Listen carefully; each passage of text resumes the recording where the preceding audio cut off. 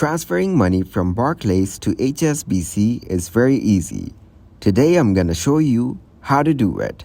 To transfer money from Barclays to Hsbc, you have to open up the Barclays website.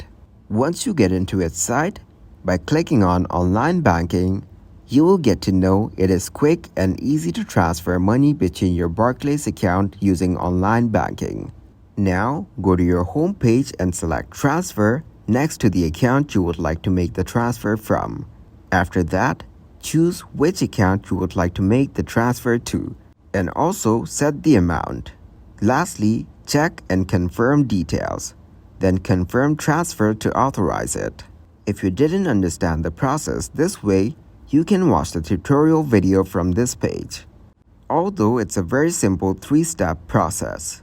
You just need to enter your details, then confirm the details and check out the receipt.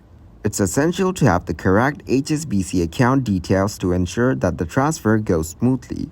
Additionally, be aware of any fees associated with the transfer, especially if it's an international transfer or if you're using a different currency.